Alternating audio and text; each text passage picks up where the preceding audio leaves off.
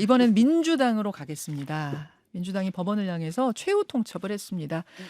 다음 주 월요일, 그러니까 12일까지 이재명 후보 재판 일정을 모두 연기하지 않으면 이건 사법 쿠데타로 규정할 수밖에 없다. 모든 권한을 동원해서 막겠다라는 겁니다. 이 이야기인 즉슨 잠시 보류했던 대법관 탄핵을 추진하겠다는 뜻으로 읽히는데요. 정확히 어떤 구상인지 민주당의 이야기 직접 들어보겠습니다. 더불어민주당 박주민 의원 어서 오십시오. 예, 안녕하십니까. 그러니까 15일에 잡혀있는 이재명 후보 그 파기환송심 공판뿐만 아니라 다른 여러 개 재판들도 대선 때까지는 좀 중지하라 이런 요구인 거죠? 가장 중요한 건 지금 공직선거법 관련된 사건, 지금 음. 말씀하신 15일 기일 잡힌 그 사건일 것 같고요. 예. 나머지 사건들도 사실상 선거운동의 자유를 보장한다는 측면에서는 연기되는 것이 맞다. 이런 입장이겠죠. 예. 지금 대선 때까지는 재판이 몇 개 정도 잡혀 있어요? 한 5개 정도 5개 기일이 정도. 잡혀 있더라고요. 근데 그래요. 사실 이해가 안 되는 게 선거운동의 자유라는 것이 보장되어 있고 특히 국민들의 선택권을 위해서는 선거운동 기간에 후보가 많이 돌아다니면서 국민들과 만나고 국민들의 이야기를 들어야 되거든요. 법원도 그 정도 상식은 있을 거고 특히 공직선거법에 보면 후보자 신분보장이라고 해가지고 예. 후보자의 어떤 활동이라든지 이런 것들을 보장하는 조항들이 있거든요. 근데 그런 것들이 다 무시되고 있는 것 아닌가 이런 느낌이 듭니다. 그래서 대선 선거 기간 중에는 좀 중지해달라, 보류해달라 이런 입장.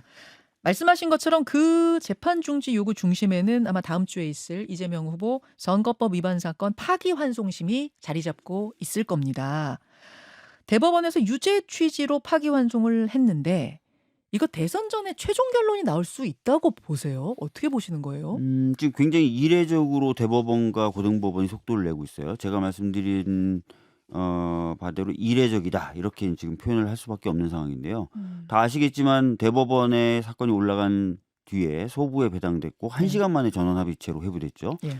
그런데 너무 웃긴 게 나의 사건 검색이라고 하는 전자 게시판에는 소부로 배당되는 기일보다 앞서서 전원합의체 기일이 먼저 올라가 있었던 거예요. 그러니까 이거는 전원합의체 회부를 작정하고 있었던 거죠. 처음부터. 소부는 형식적으로 거친 것뿐이고 그다음에 전원합의체 회부되고 나서는 9일 만에 단 2번의 합의 만에 결론을 내렸는데 단 2번의 합의도 이틀 걸린 거죠. 그럼 이틀 동안 기록 검토가 다 끝났다는 건데 이해가 안 되는 거고요. 그다음에 고등법원으로 내리자마자 재판부가 배당되고 또 배당된 재판부는 일반적으로 판사들도 잘 모르는 집달간 송달 촉탁이라는 것들을 동시에 하는 상황이라서 이 이례적인 속도에 대한 저희들은 의구심을 강하게 가지고 있는 것이고요. 그렇기 때문에 저희들은 당연히 이 이례적 속도 당연히 늦춰지거나 멈춰져야 된다고 얘기하는 이 겁니다. 이례적 속도대로 쭉 계산해 보면 그럼 파기환송심 선고도 나고 재항고를 해도 대법원 최종 판결까지도 이론적으로 날 수 있어요, 대선 전에? 그러니까 지금 저희들이 걱정하는 거는 예. 방금 말씀드렸던 이 이례적인 절차의 흐름이 연속되게 일어난다는 것은 네. 누군가 강력한 의지와 의도를 가지고 있다는 것으로밖에 해석이 안 되지 않습니까? 그 누군가가 누구라고 보시는 건데요? 대법원장이겠죠. 대법원장. 그렇다면은 사실상 정해져 있는 규칙이라든지 규정도 무시될 수 있는 위험이 있는 것 아니냐 그렇게 보는 것이고 규정이 정해진 걸 무시할 수는 없겠죠. 아니죠. 사실은 대법원이 최종심이기 때문에 예. 작심을 하면은 누구도 못 말리는 상황이 되는 거죠. 근데 규정에 제가 지금 따른다고 해도 이론적으로는 할 수 있는 거죠. 규정에 따른다면 사실 이론적으로 나오기가 어렵죠. 그렇습니까? 예. 아니, 근데 예. 제가 왜 이런 말씀을 드리냐면 예. 법원 내부에서도 예. 비판글들이 지금 게시판에 올라오잖아요. 특히 30년 경력 뭐 이런 판사들도 내가 30년 동안 판사해봤지만 이런 건 처음 봤다라고 할 정도로 이례적으로 속도를 내고 있거든요. 그리고 조희대 대법원장이 뭐 633 원칙을 지켜야 된다 하지만 정작 대법원에 계류되어 있고 처리됐었던 조희대 대법원장 이후에 공직선거법 사건들 보면 다 100일을 넘겼었어요.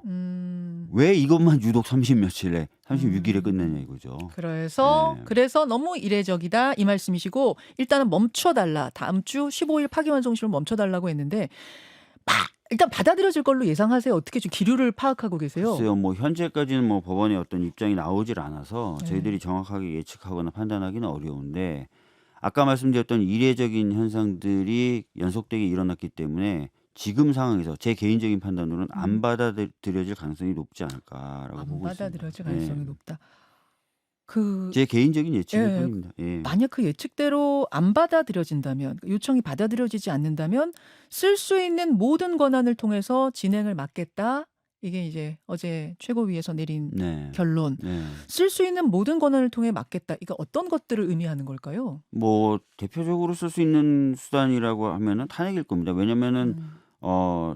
국회가 갖고 있는 수단이라는 게 별로 없어요. 그리고 음. 사법부에 대해서는 행정부든 입법부든 쓸 수 있는 수단이 별로 없습니다. 그러다 보니까 헌법이라든지 법률을 위반한 판사에 대해서는 탄핵을 할 수 있도록 국회 헌법이 보장하고 있는 거고요. 예. 아까도 제가 말씀드렸지만 이 이례적 재판 절차의 진행에 강력한 의도가 개입돼 있다고 보고 이 강력한 의도로 인해서 지금 현재 국민주권이라고 하는 헌법의 대원칙이 훼손되고 있고 더 심각하게 또 훼손될 수 있는 위험이 노정되어 있기 때문에 저희들이 생각했을 때는 이런 상황에서는 쓸 수 있는 유일한 수단이라고 할 수 있는 탄핵이라는 것도 쓸 수 있다라고 저는 보고 있습니다. 대법원장만입니까? 아니면 대법관들? 그 부분에 대한 판단은 지도부에 위임을 해놨기 때문에요. 예. 그 대상과 예. 그다음에 시기 이런 것들은 지도부가 판단하게 될 것 같습니다. 초반에는 대법원장만 얘기가 됐는데 지금 의원들이 뭐 방송 나와서 말씀하시거나 의견들 내시는 거 보면은 대법관 10명, 최소한 이번에 찬성표를 던졌던, 그러니까 파기환송 쪽으로 손을 들었던 10명에 대한 탄핵을 언급하시는 분들이 많더라고요.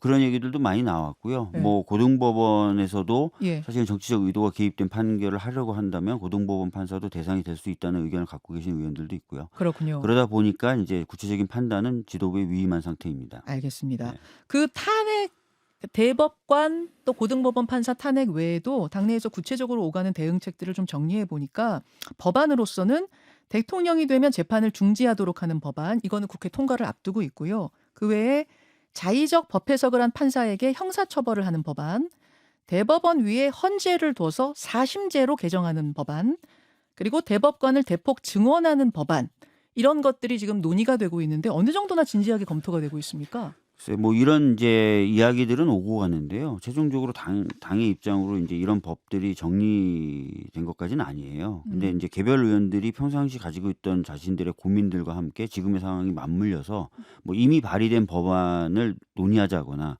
또는 새로 법을 발의하겠다거나 이런 이야기들이 오고 가고 있는 상황입니다. 그렇군요. 조금 혹시 시간을 주시면은 네. 이 법들에 대해서 간단하게라도 좀 설명을 좀 드리고 싶은데요. 예, 짧게. 예를 예. 들어서 지금 대통령이 되면 재판 절차가 멈춘다는 형사소송법 개정안의 경우에는 헌법 84조의 규정을 구체화시키겠다는 거지 어떤 특별한 의미가 없다는 것 말씀드리겠고요.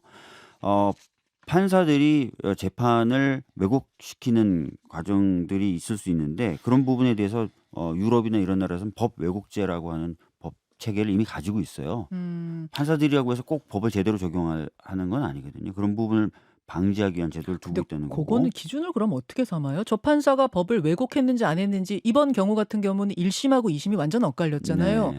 그럼 1심, 1, 2, 3심 중에 1심하고 3심이 같은 판결을 했고 2심이 다른 뭐 판결을 여러 했으면 가지 형태로 규율할 수 있는데요. 아마 목적범 형태로 규정이 될 수도 있을 것 같아요. 그러니까 어떤 목적을 가지고 예. 법을 잘못 적용했다거나 법을 왜곡했다거나 하는 경우 이런 경우가 이제 그럼 목적이 있었는지 없었는지까지는 밝혀져야 되는 거군요. 그렇죠. 확실히 근거로서. 그다음에 이제 헌재가 법원의 판단에 대해서 따질 수 있게 하는 거는 사실 10년 이상 된 논란이에요. 그러니까 헌재가 지금 계속해서 법원의 판결에 대해서 심판할 수 있는 범위를 넓혀오고 있었거든요. 그러니까 이걸 입법적으로 정비해달라는 양 기관의 요구도 계속 있었습니다. 그러니까 그런 판단하시면 될 것 같고 대법관 늘리는 것도 역시도 한 20년 이상, 30년 가깝게 된 논란인데 워낙 대법관의 숫자가 적다 보니까 한 사람 처리된 사건 숫자가 많고 그래서 늘리자는 얘기가 계속 되어 왔었다 이런 말씀도 드리겠습니다. 알겠습니다. 지금 민주당의 어떤 절박함이 어떤 건지도 알겠고 뭐 이건 말씀하신 민주당의 것들에 대한 문제라고만 얘기하시면 안 되고요. 사실 우리 헌법 체계는 국민주권주의가 가장 기본 토대예요. 헌법 1조가 그것을 의미하거든요. 예, 그다음에 그런 국민의 주권과 이런 것들을 보장하고 방어하기 위해서 사법 시스템을 설계한 건데 지금 이 사법 시스템이 국민 주권의 핵심이라고 할 수 있는 참정권 그리고 기본권 중에 기본권이라는 국민의 참정권을 훼손하는 형태로 작동이 되려고 하는 거예요. 그래서 대법원에서 이번에 나왔던 판결의 반대 의견도 그걸 걱정하는 겁니다. 지금까지 10년 이상 대법원을 비롯한 법원은 국민의 어떤 참여권이라든지 참여권을 보장하는 형태로 판례를 진화시켰는데 갑자기 왜 후퇴하느냐, 왜 법원과 검사가 후보를 결정하려고 하느냐 그런 얘기를 하고 있는 거예요. 알겠습니다. 예. 알겠습니다. 충분히 지금 설명을 제가 좀 들었고요. 예.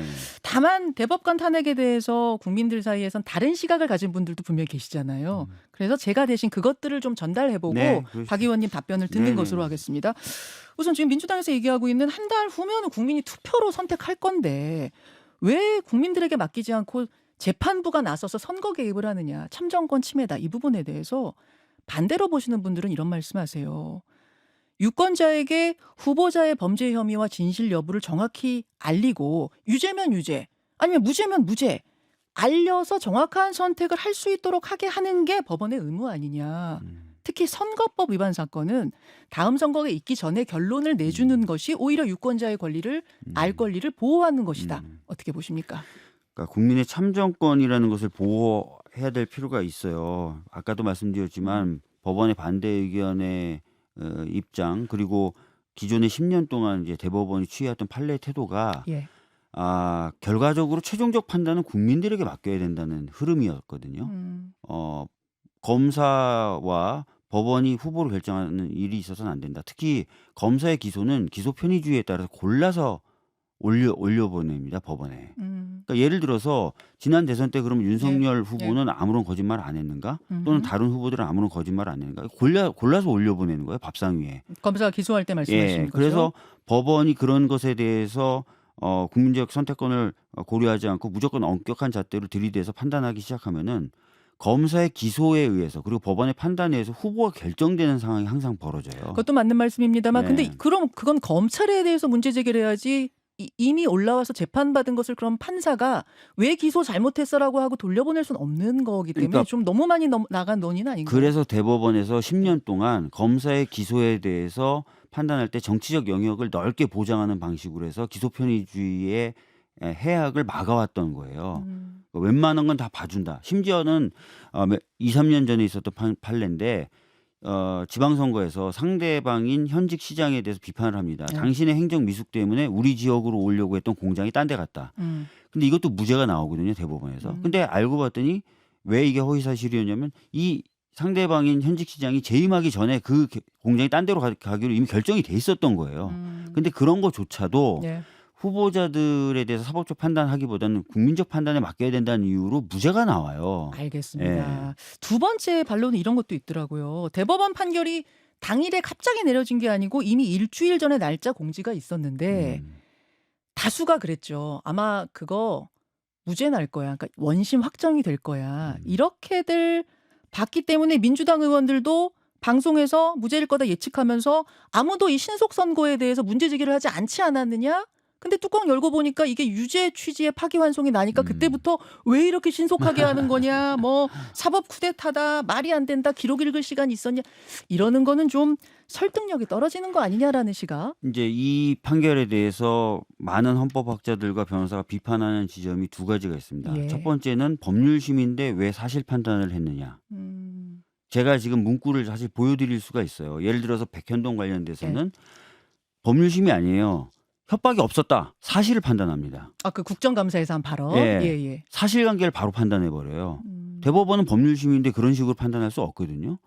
두 번째, 판례를 실질적으로 변경했어요. 제가 말씀드렸던 대로 10년 동안 선거운동의 자유, 표현의 자유를 보장하고 국민들이 대신에 선택하는 것을 보장하는 형태로 선거법을 계속 적용해 왔단 말이에요. 그러다 갑자기 판례를 변경했는데 자기네들 그 판결문 자체에는 판례를 변경하지 않고 선례에 따랐다고 얘기를 해요.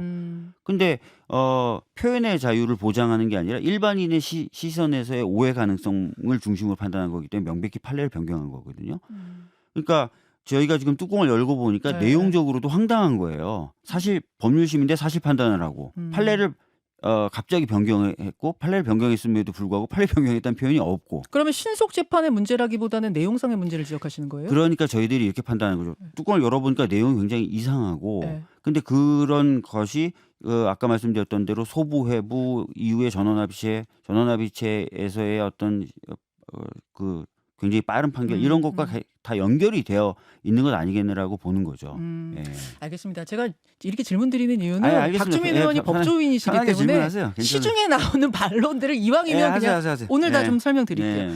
서부지법 폭동 때 계속 나왔던 비판이 뭐냐면 민주주의의 근간이 사법 시스템이다. 법원의 판단이 마음에 안 들 수도 있지만 자기 마음에 안 든다고 그걸 흔들어 버리면 사회는 붕괴된다. 백인백색 다른 생각을 가진 사회에서 사법부 판단을 존중한다는 약속이 안 지켜지면 사회는 굴러가지 않는데 왜 그러느냐 이거였잖아요. 예.